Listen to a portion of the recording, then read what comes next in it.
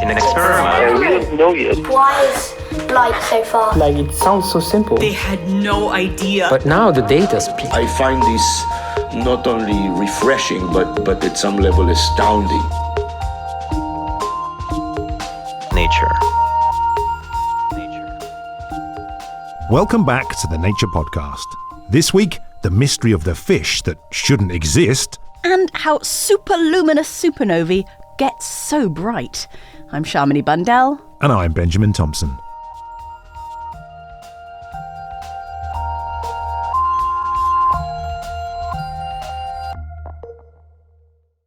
When it comes to reproduction, things fall into two camps: sexual or asexual. And while both ultimately have the same aim, namely producing offspring, they go about it in different ways. In vertebrates, asexual reproduction, where an offspring is genetically identical to its parent, is rare, but it does exist. For example, in an unassuming but rather unusual fish about the size of a thumb.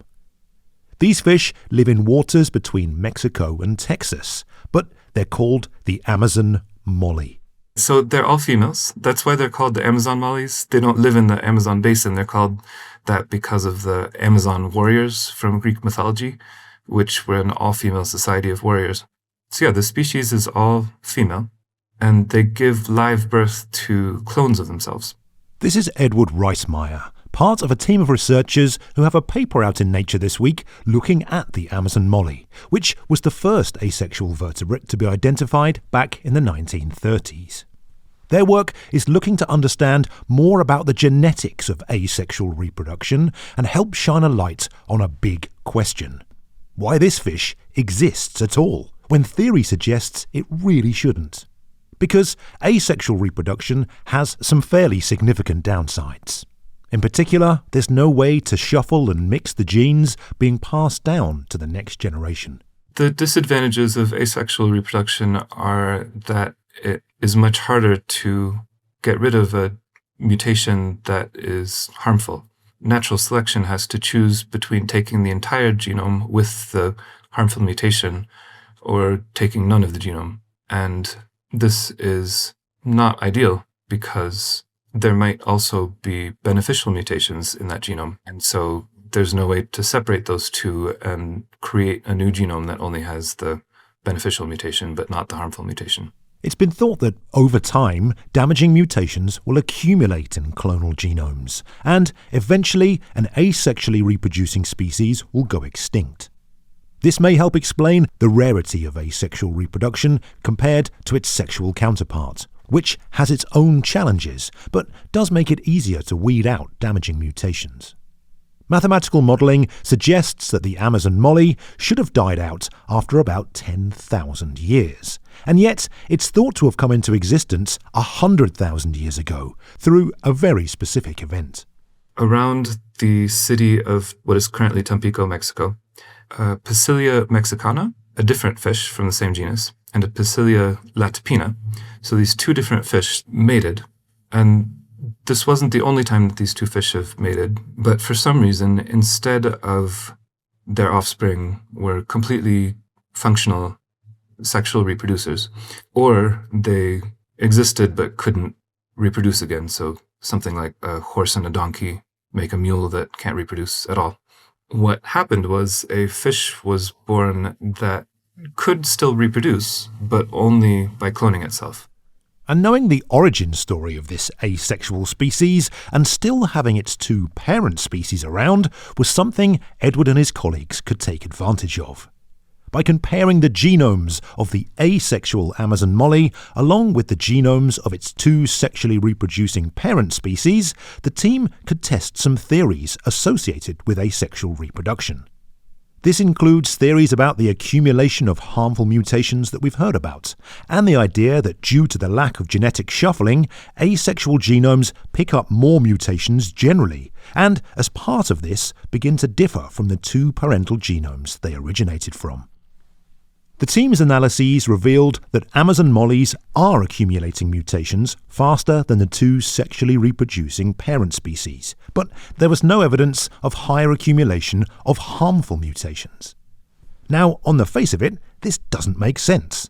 How can you have one but not the other? But this isn't unprecedented. Similar evidence has been seen in other species.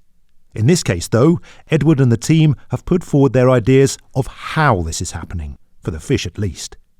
They think a process known as gene conversion is saving the day. It's a process where the two copies of the genome that exist together in a cell, perhaps one of those copies gets damaged, and then as a way of repairing this, the cellular machinery will replace the damaged part with the other copy of the genome. So it's kind of like if you have two copies of something and they're a little bit different, then if you lose one, then at least you have a backup. This copy and paste repair system is used throughout eukaryotic organisms, and it looks like the fish have used it to keep their genomes in good shape, removing harmful mutations. Gene conversion has previously been seen in Amazon mollyfish and has been hypothesized more generally to play a role in maintaining asexual genomes. And in this work, the team were able to bring everything together. The key new thing is that we were able to show that gene conversion is actually playing a role in maintaining these genomes.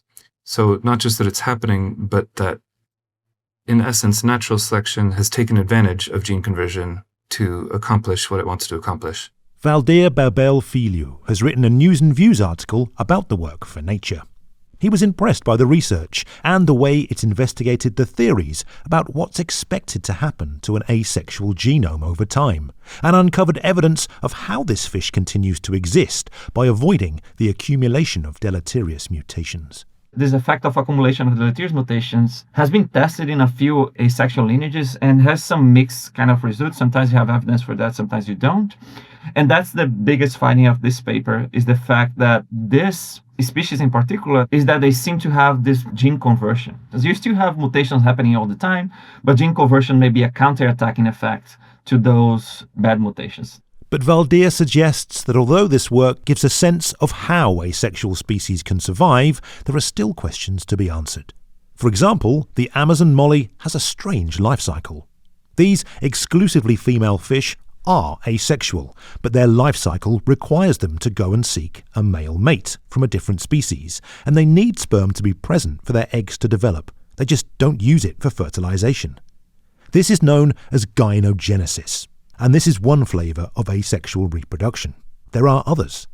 Valdir says that researchers need to look at other species to see what other mechanisms might be out there. There are different ways to be asexual, right? The fish represents one of them. These fish seem to have found gene conversion as a solution, but there may be others. Each case can have different solutions depending on the context of the asexuality itself. But this is one of the alternatives, and I think the authors went really thorough on this.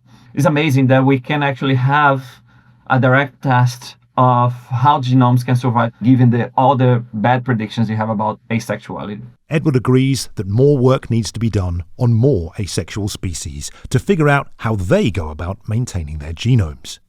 This week's paper backs up the hypothesis that gene conversion is a way to do it, but it might not be the way. And there are other things to figure out too. For example, their evidence suggests that the two sets of chromosomes the Amazon molly got from its parents are changing at different rates, which doesn't make a lot of sense, as they should both be subjected to the same pressures. Edward says the team can't work out why one is mutating faster than the other, but that it's something they're trying to explain. Overall, though, he says that understanding more about these fish and how they survived and thrived for 100,000 years, something that has had researchers perplexed for a very long time, gives us a little more insight into the myriad of ways that life exists on this planet. It's easy, I think, as humans to say the way that humans do things is the correct way. The pinnacle of the tree of life is humanity.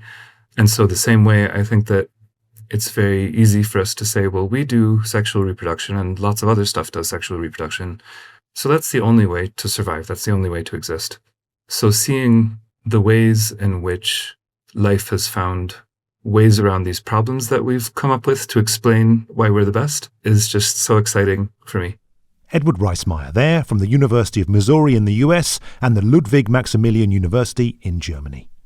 You also heard from Valdir Bebel Filho, from the University of West Florida in the US. To read Edward's paper and Valdir's News and Views article, look out for links in the show notes. Coming up, how an ultra-bright supernova got its extra shine. Right now, though, it's time for the research highlights with Dan Fox. Almost 2,000 light-years from Earth, 4 stars have been spotted orbiting each other in surprisingly cramped conditions. Astronomers have observed many instances of 4 or even more stars whirling around each other, setting up complex gravitational interactions. Now a team have spotted 2 stars that orbit each other every few days, while a third circles the pair once every 51 days. All 3 are bigger and hotter than our Sun, but are so closely packed that they would fit inside Mercury's orbit. A 4th star loops around this inner nexus roughly once every 1,000 days. The whole collection could be squeezed inside Jupiter's orbit around our Sun, making it the most compact 4-star system known of its kind. The 4 stars might merge eventually and end up as a pair of dense white dwarf stars, billions of years from now. Orbit over to Nature Communications to read that paper in full. Bacteria in saliva and the small intestine might help to shield their host from severe allergic reactions to peanuts, according to a study in mice. Anaphylaxis is a severe immune reaction that can occur within seconds of consuming an allergen. Now, researchers have found that in humans, saliva and a section of the small intestine contain bacteria that can degrade the compounds in peanuts that are most likely to trigger an allergic reaction. The team isolated the bacteria and introduced them into mice. Animals colonised with the bacteria had diminished anaphylactic reactions compared with their uncolonised counterparts. In humans, the researchers saw that these bacteria were more abundant in those with a higher tolerance to peanuts. The results suggest that the body's resident microbes can diminish allergic responses to food. Read that research in full in Cell, Host and Microbe.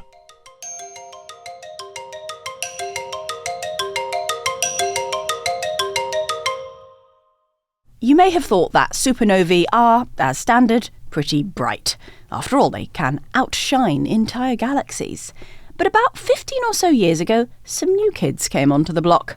Superluminous supernovae, which are about 10 to 100 times brighter. Which raises the question, what not on earth is powering them? There are 2 possible theories that have been put forward, though neither of them quite explains what's been seen. Now, a new paper in Nature offers a fresh perspective. Reporter Nick Pettridge-Howe spoke with one of the paper's authors, Joseph Farah, and asked him to shine a light on the 2 main ideas that astronomers had proposed. So there's 2 basically schools of thought for why superluminous supernovae are so bright, and also trying to explain another strange aspect of them, which is that most supernovae sort of have a smooth evolution, but superluminous supernovae, in addition to being way too bright, their evolution is also very bumpy. Their brightnesses go up and down in a strange way. So there's 2 ideas. The first is that before the star died and became a supernova, it shed some of its mass into its surrounding environment. And then when the supernova happened, the shock wave traveled through that matter, causing it to glow. And that can explain some of the overbrightness as well as the bumps, because you're sort of running into these randomly distributed shells of matter. The second theory is that when the star died, the core collapse forged a very extreme object called a magnetar. So basically, when the core collapses, all the mass of the core, which is about the mass of the sun, gets squeezed into the size of a city. And the compression is so high that protons and electrons get sort of forced together into neutrons. And you get a very, very small, dense star made entirely of neutrons called a neutron star. Now, because the star goes from being very big to very small very quickly, it's spinning, and that spin increases. It's spinning really quickly. And then the magnetic field gets amplified through the neutron star. So when you have a neutron star spinning very quickly with a very powerful magnetic field, that's a magnetar. And we think that they're formed in these explosions, and then they release huge amounts of energy into the supernova from within. So whereas the interactions with matter around the star sort of power the supernova externally, the other theory is that magnetars power the supernova like a big battery from within. So you've got these 2 ideas, interaction with matter or them being powered by a magnetar. And these could help explain the evolution, those changes in brightness over time as you were observing it. So what would be the ideal thing to see to say whether it's one of these ideas or the other? Well, that's a good question. Up until now, we didn't really know exactly. I mean, if it was a magnetar, the best thing would be to see the magnetar somehow, but that's not exactly possible. And that's actually been the big problem with these two theories. We can have models, right? Like formulas that tell us what to expect in the data, and we can fit those, but that's not a confirmation. That just tells us if it works like this, the model would tell you this. So the ideal thing to look for would be to take your idea, like either it's a magnetar, either it's surrounding material, and ask what alternate predictions do these theories make, and are any of those predictions sort of met? So does the maths sort of fit what you see in space, I guess? Exactly, yeah. We want something just beyond a model fit. We want additional prediction, an additional effect that we can measure that ties back to the same principle that's driving the overbrightness. And as I understand, you got an opportunity to try and do a bit of this because there was an observation you had with the catchy name 2024 AFAV. Can you tell me a little bit about this observation and how it could potentially allow you to understand these theories? 24 AFAV was one of the most bizarre supernovae I think we've ever seen. When it exploded, it rose over 40 days to a superluminous peak. So right away it told us this is a superluminous supernovae. And then after the peak, it started executing this incredibly strange sequence of wiggles in the light curve. Like the brightness plunged and then it skyrocketed up again, and then it did this multiple times. And we spotted a pattern, which is really cool. The bumps in the light curve were not random. They seemed to be getting closer together in a specific pattern. And so we made predictions for future bumps and then used Las Cumbres Observatory's dynamic observation capabilities to track during when we expected to see the bumps. And we did. So we got this nice continuous light curve and we could see the bumps as they were happening thanks to this prediction. Now, that's really, really crazy because it's really unusual to be able to sort of predict what an object in space is going to do in real time, especially when it's like a brand new prediction. So you caught this early on enough to, I guess, predict what might happen and then see if your model, your predictions then fitted what actually happened to understand whether one of these two different theories worked out. Yeah, I mean, we caught the supernova very early. It was discovered by the Asteroid Terrestrial Last Alert System, ATLAS, like probably a couple days after explosion. So obviously the key question is, did either of these two ideas that you mentioned, you know, the magnetar or this sort of cloud around it, did either of these fit the observations of what you saw? Yeah, so the first thing we tried was the interaction with matter around the star, and it sort of didn't work very well. The reason for this not working well in this specific case is because the bumps that we observed were bizarrely sinusoidal. And so that's right off the bat, very challenging for an interaction model to explain because the interaction tends to be very random and irregular. So we tried the magnetar model, and the magnetar model is nice. It can explain the overall shape and brightness of our object, which is really good. But the classic problem with the magnetar model is that it can't explain the bumps. And so we had to come up with a whole new idea for how to explain the bumps in this specific object. And the key clue that we had was that the bumps were getting closer together, and that is very, very strange. There's sort of very limited number of astrophysical processes that can cause something like that. One of those is some sort of gravitational infall, like if you've ever seen the in-spiral of two neutron stars or two black holes producing a gravitational wave chirp. That chirp is an increasing frequency that results from the radii of the two orbiting objects getting smaller. And so we started playing with this idea that there was something similar happening here, where there was something spiraling into the magnetar. The idea is basically that there's an accretion disk around the magnetar that is precessing. So if you imagine this magnetar, this very small, very dense, highly magnetized star, it has a big disk around it. Like you can sort of picture it in your head like a big donut, and the donut is tilted relative to the magnetar, the spin of the magnetar. So the magnetar is spinning in one direction, and the donut is tilted relative to that. Now, due to this tilt, some precession mechanisms will cause the donut to spin. So the donut might start facing you, but then it will rotate around and face away from you. And then it will keep doing this sort of periodically. And this is called precession of the disk. as it processes, like sort of, it is blocking and reflecting the light, or otherwise modulating the light from the magnetar along our line of sight. So the accretion disk goes behind and reflects some of that light. It goes in front and blocks some of it. And that gives us these overbrightnesses and then underbrightnesses that are the wiggles. And then as the accretion disk falls in, the precession frequency increases. And that gives us this strange chirp in the light curve. And we needed this whole new mechanism to explain this because a chirp has never been seen before in a supernova. So we had to start thinking really creatively and outside the box. And so is this a win for the magnetar proponents? Is this good evidence that this is what is going on? Or is there more work to be done to know if this is going on for every superluminous supernova? None of what we had discovered here precludes that an interaction with material around the star can be happening in other supernovae. And in fact, it is also likely happening in this one as well, just at a lower level. But the real problem was that you had these two theories that both kind of worked to explain this mystery, but we didn't have a way to even confirm that, like, for sure that they are valid. So even though there's these two competing ideas, it's not a matter of one's more right than the other. It's a matter of we don't have evidence favoring either scenario.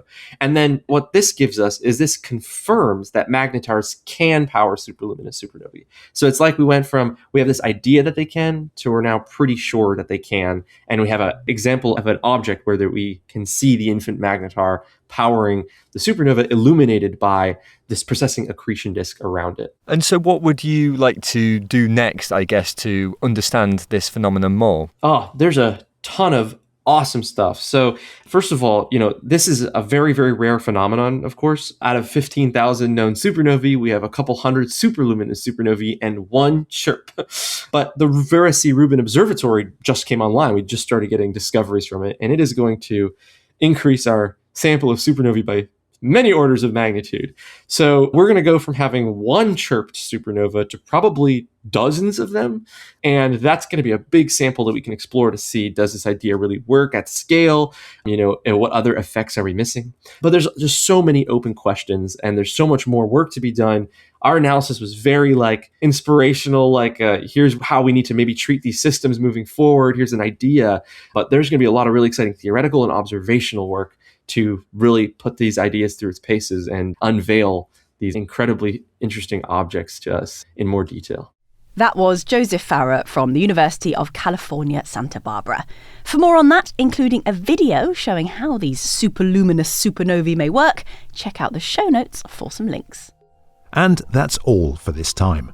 We'll be back later in the week with the Briefing podcast. But until then, if you've enjoyed the show, do let us know.